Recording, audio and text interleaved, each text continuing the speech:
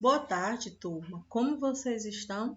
Eu creio que vocês estão bem, eu também estou bem. Hoje nós vamos estudar sobre a Era Vargas. Lembrando que nós fechamos na aula passada, na semana passada, a unidade que nós falávamos sobre, nós estudamos sobre a República Velha. Nós vamos conhecer a Era Vargas. Vamos identificar se ela ainda aconteceu dentro da República, dentro do período que nós estudamos na unidade passada, e qual é esse momento que a sociedade brasileira vivia. Quais foram as características daquela época ou daquela era, né? Vamos lá, mas é importante que você se coloque num lugar silencioso, confortável, com o seu material à mão, ok? Para que você possa fundamentar a sua videoaula. A sociedade brasileira no início do século XX. Como era a sociedade? Quais eram as características da sociedade? No início do século XX, o Brasil passou por um momento de profundas transformações em sua economia.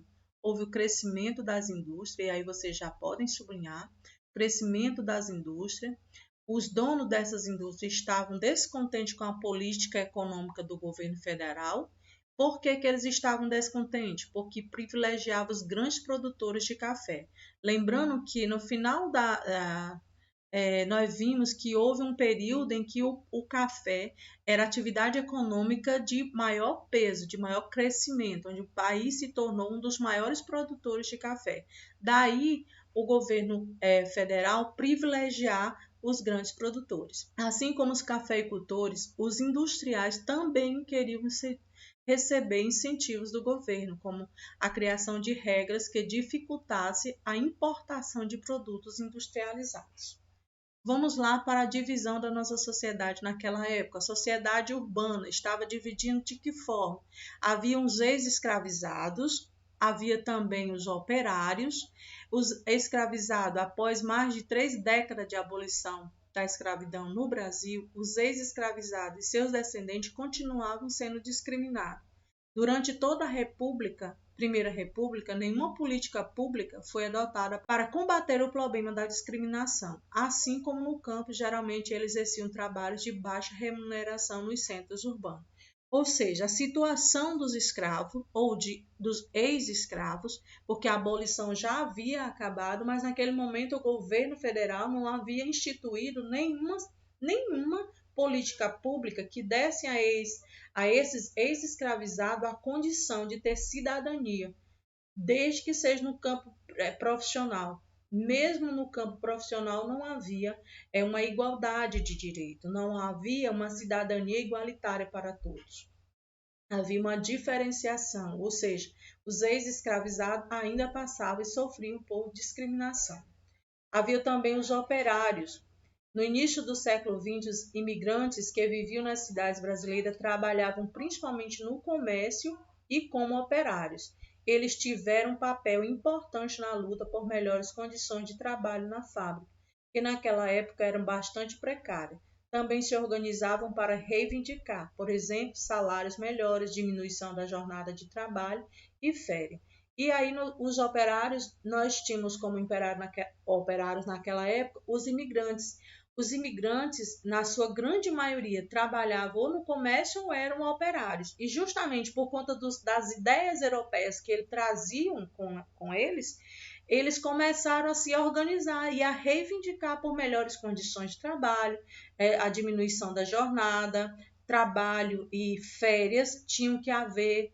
Isso tudo fazia com que houvesse ainda mais uma discriminação em relação aos ex-escravizados. Eles não tinham direito instituído, eles não tinham uma organização ou não havia um olhar para o ex-escravizado. Enquanto que os operários eram imigrantes que vieram para o Brasil, apoiados pelo governo, lembra? Do sistema de colonado.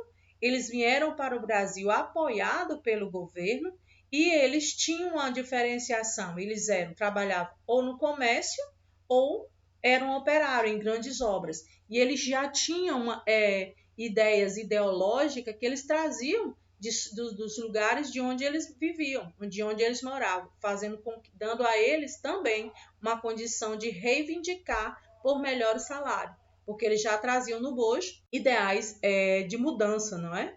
Vamos lá. as indústrias, como elas funcionavam no século XX ou no início do século XX.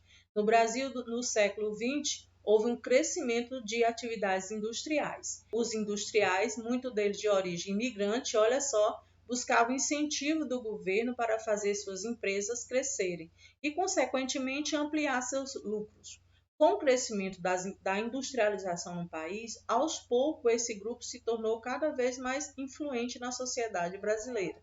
E lembrando que eles estavam ali o tempo todo, buscando, reivindicando juntamente com os cafeicultores, vamos dizer, a participação na política, não é? Aí vamos conhecer as classes médias. Quais eram? Em geral, as classes médias urbanas brasileiras desse período eram formadas principalmente por funcionários públicos, profissionais liberais e comerciantes. Esse grupo, ao alcançar maior poder aquisitivo, passou a reivindicar maior atenção do governo, além de maior participação política. Havia também, dentro da sociedade urbana, os militares, também insatisfeitos com o governo das oligarquias cafeeiras, sendo contrária à política adotada pelos presidentes da Primeira República, que procuravam estimular uma economia agroexportadora no país. Diversos grupos militares apoiavam a ideia de que o Brasil se tornasse um país mais industrializado e moderno. Embora eles apoiassem essa ideia, eles viam que o governo federal, que o governo não priorizava, por assim dizer, os militares. Vamos lá? Vamos avançar. É importante que vocês também possam ler, gente, esses textos complementares que nós temos no nosso módulo. É muito importante. Importante também realizar as atividades que são propostas a partir da leitura desses textos. Ok? Nós vimos como era constituída a sociedade urbana daquela época, agora nós vamos ver como era constituída a população rural daquela época, do início do século XX. Ao mesmo tempo que parte da sociedade brasileira passava por um processo de modernização, principalmente nos grandes centros urbanos, muitas áreas do interior do Brasil continuavam organizadas de acordo com a tradição rural. E aí vamos ver quem compunha aquela sociedade rural. Os coronéis. No interior do país, o poder se concentrava na mão dos grandes proprietários de terra, também conhecidos como os coronéis. Eles costumavam dominar o cenário político nessas regiões, utilizando seu prestígio, poder e influência para controlar as eleições locais, coagindo a população a votar nos candidatos indicados por ele. Lembra do voto de Cabresto? Justamente. E aí passa pelo viés dos coronéis. Líderes religiosos também compunham a sociedade rural daquela época. Os líderes religiosos ocupavam uma posição de destaque na sociedade do interior, exercendo grande influência sobre a população. Muitos desses religiosos eram aliados dos grandes proprietários rurais e faziam o papel de mediadores entre a população e os grandes proprietários de terra. Ou seja, havia uma ligação aí entre os coronéis e os religiosos que faziam que ligassem aquelas pessoas que tivessem menos informação. Então, eles eram um elo de comunicação e de ligação para que as negociações, principalmente em relação à votação, acontecessem. E os trabalhadores do campo? Parte da mão de obra no interior do país era formada por camponeses, vaqueiros, mineiros e seringueiros. Geralmente, em troca de salários baixos, eles trabalhavam para grandes proprietários rurais durante longas jornadas diárias. Jornadas diárias, aquele que não era legitimado, que não era fiscalizado por uma instituição que desse a ele a condição de trabalhar de maneira digna, que desse a ele cidadania, infelizmente. Né? E tinha os cangaceiros. Olha, vamos ver qual foi o papel dessa classe. Como vimos durante as primeiras décadas do século XX, grande parte do interior do Brasil era dominada pelos coronéis. Esse cenário era ainda mais forte na região do sertão nordestino, onde eles costumavam exercer maior poder sobre a população pobre. Na segunda metade do século XIX, muitos desses coronéis financiaram a formação de grupos armados que faziam uso da violência para defender seus interesses. As pessoas que integravam esses grupos ficaram conhecidas como cangaceiros. E aí você vai lembrar da forma como o poder era disseminado no interior do país, passava pelas mãos do coronel. O coronel agora tem, além de um elo de ligação entre a população mais pobre e ele, havia os líderes religiosos e eles ainda tinham também os cangaceiros, que eram aqueles que, vamos dizer, punia aqueles que iam contra os direitos ou os fazeres dos coronéis. Para você ver como toda uma sociedade, as características de uma sociedade fala muito da sua época, não é? Lampião, entre 1922 e 1938, Virgulino Ferreira da Silva, o Lampião, liderou um grupo de cangaceiro que ficou conhecido em todo o país. Seu grupo agia com grande violência no sertão nordestino, promovendo diversos crimes. O grupo de Lampião desafiava as autoridades locais, atraindo interesses de homens e mulheres para o cangaço. Vamos avançar. Aí nós temos uma atividade que nos é proposta lá no nosso roteiro, e com certeza nós faremos a correção dessa atividade. A Primeira República em crise. Olha só, diversos setores da sociedade brasileira estavam insatisfeitos com o regime oligárquico durante a década de 1920. Lembrando, regime oligárquico, onde havia toda uma formação dentro do interior, havia uma divisão social, onde no centro urbano havia uma divisão e no meio rural também houve uma divisão. E aí essa república entra em crise. O governo oligárquico, o governo federal daquela época, ele privilegiava os grandes produtores de café. E haviam grupos que estavam insatisfeitos também com o seu governo, como os industriais e os militares. E essa insatisfação vai muito além. Vamos ver o principal motivo. Era privilegiar excessivamente grandes cafeicultores.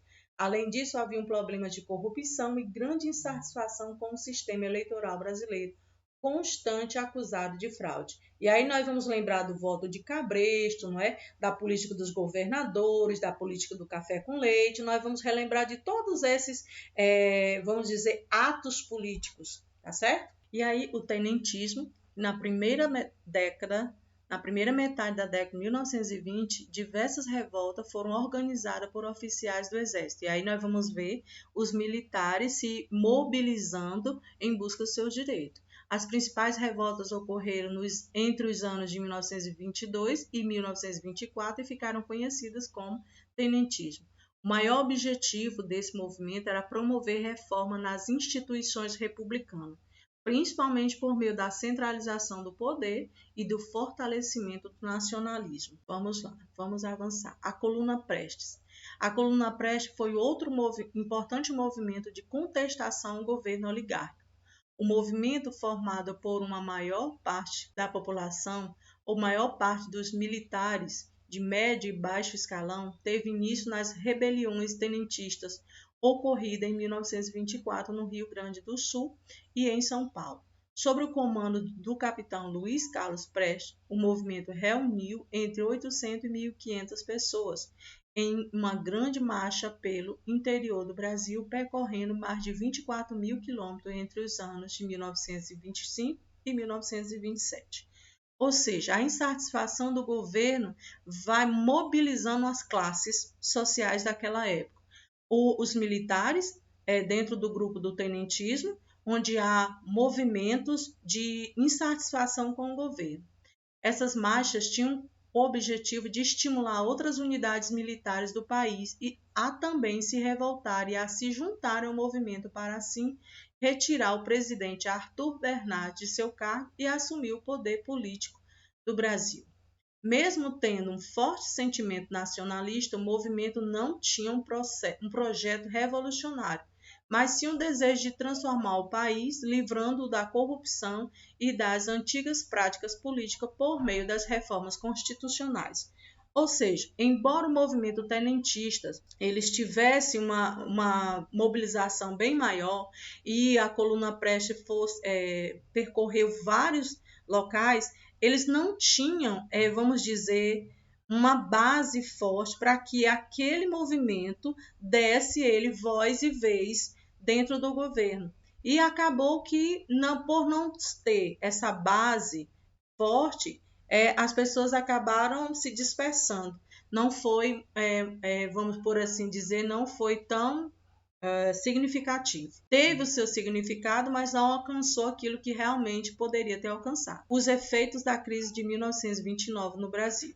Em 1929, ocorreu uma grande crise econômica nos Estados Unidos, afetando diversos países do mundo. A economia brasileira dependia das exportações, foi gravemente atingida. Lembrando que nós éramos, naquele momento, o maior produtor de café. Com a crise, houve diminuição do consumo de produtos brasileiros, como o café, em diversos países. Além disso, os produtos brasileiros passaram a ter um preço mais baixo, levando parte dos grandes agricultores brasileiros à falência.